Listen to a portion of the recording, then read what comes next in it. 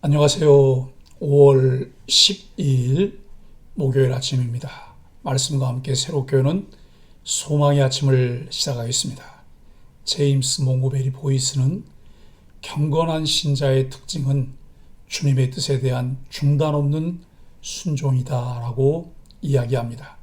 에스라 8장 1절로 20절까지 말씀을 본문으로 하여 사람의 마음을 움직이시는 하나님이라는 주제로 함께 은혜를 나누기를 원합니다. 하나님을 섬기는 일에는 준비된 일꾼이 필요합니다. 에스라는 귀한 자 가운데 레위인이 한 사람도 없는 것을 알았습니다. 그러나 그는 실망하지 않고 하나님의 일에 준비된 명철한 사람을 찾아냅니다.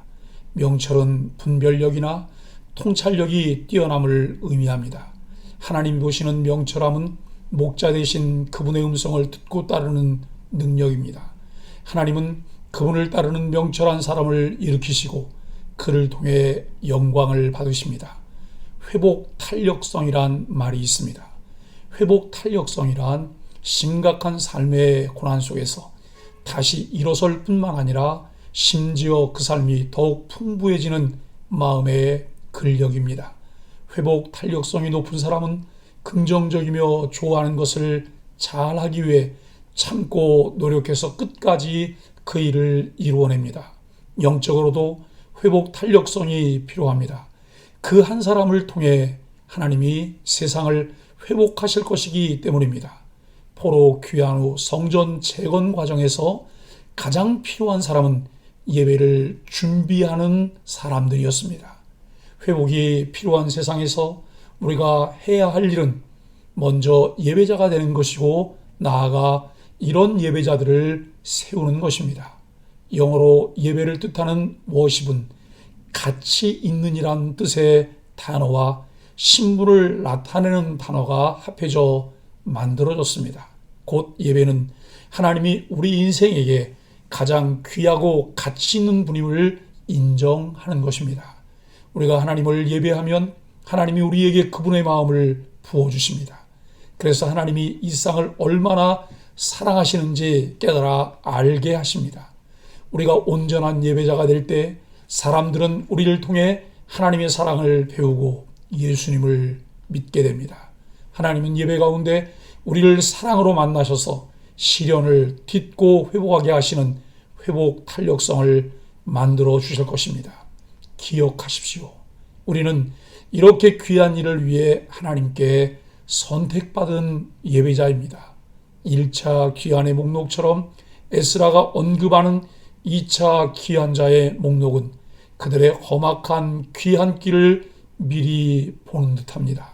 이들은 1차 귀한 때보다 더 어려움을 당했을 수도 있습니다. 이미 귀국해 성전을 건축하며 고난을 겪었던 1차 귀한 자의 자손들에게 곱지 않은 시선을 받을 수도 있습니다. 그들은 1차 귀한을 선택하지 않았던 자들의 후손이기 때문입니다. 그러나 에스라의 지도 아래 그들은 자원하여 2차 귀한 자 목록에 자신들의 이름을 올립니다. 이 귀한 자 무리에 포함된다 하더라도 어떤 특권이나 명예가 부여되는 것도 아닙니다. 어쩌면 바벨론에서 가졌던 기득권마저 포기해야 할 상황이었을지도 모릅니다. 그러나 그들은 그 길을 선택해 새로운 이스라엘을 건설하는 데 일조하려고 합니다. 그리스도인의 삶도 이와 마찬가지입니다.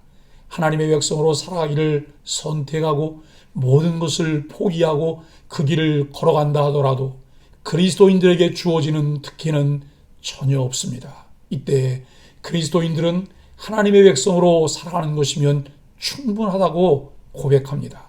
에스라는 하나님의 선하신 도움의 손길 아래에서 불가능을 가능하게 만듭니다. 하나님은 에스라가 어려운 상황에서 바른 선택을 하도록 도우셨습니다. 그는 레위 자손을 설득해 귀한 자 무리에 합류시키려고 조력자들에게 도움을 요청했습니다. 이에 레위 자손을 비롯해 에스라의 계획에 없었던 많은 수의 느디님 사람들까지 귀한 자의 무리에 동참했습니다.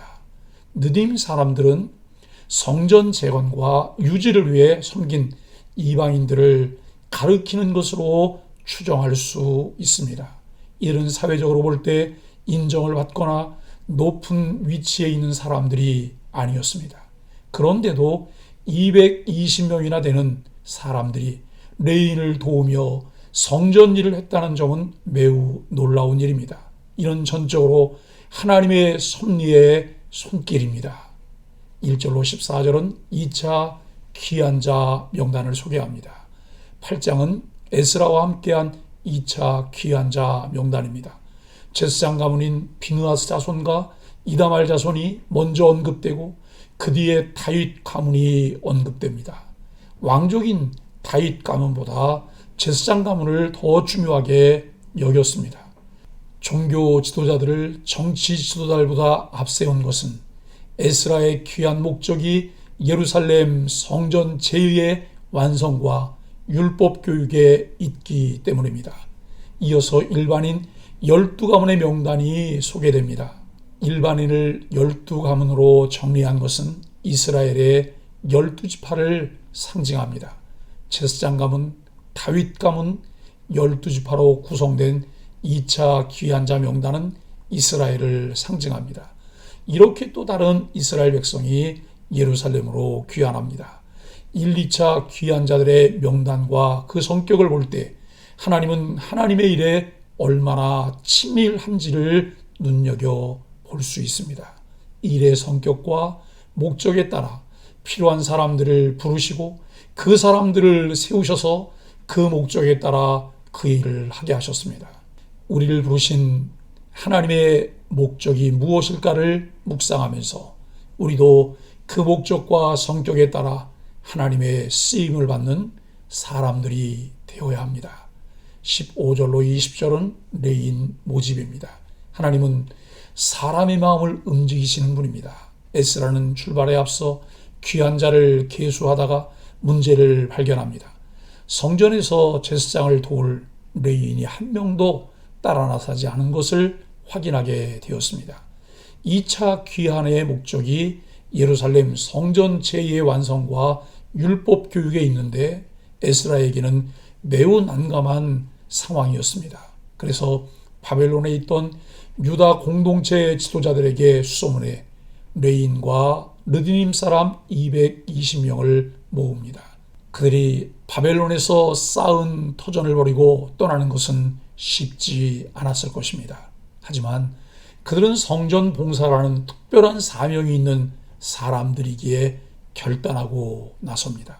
에스라는 이들이 마음을 돌이켜 기꺼이 따라 나선 배후에 하나님의 선한 손의 도우심이 있었다고 고백합니다. 사랑하는 소망의 가족 여러분, 마땅히 부름받은 자로 하나님의 부르심에 민감하게 반응할 수 있도록 우리는 깨어 있어야 합니다. 바른 분별력과 통찰력을 가진 명철한 자로 꼭 필요할 때 그 일에 헌신하며 주와 그의 나라를 위해 헌신할 수 있는 사람들이 되어야 합니다. 사람의 마음을 움직이시는 하나님께 늘 성령님의 인도하심에 민감하게 해달라고 기도하며 그 일에 깨어 있어야 합니다. 하나님은 하나님의 일을 위해 하나님의 일하심에 응답하는 사람을 지금도 찾고 계십니다. 하나님의 기쁘신 뜻을 위해 마음의 소원을 두고 행하게 하시는 성령의 인도하심에 순종하는 소망의 가족들이 되기를 예수 그리스도의 이름으로 간절히 축복합니다. 함께 기도하겠습니다. 하나님, 사명의 자리로 가기를 주저하는 우리들을 긍휼히 여겨 주옵소서.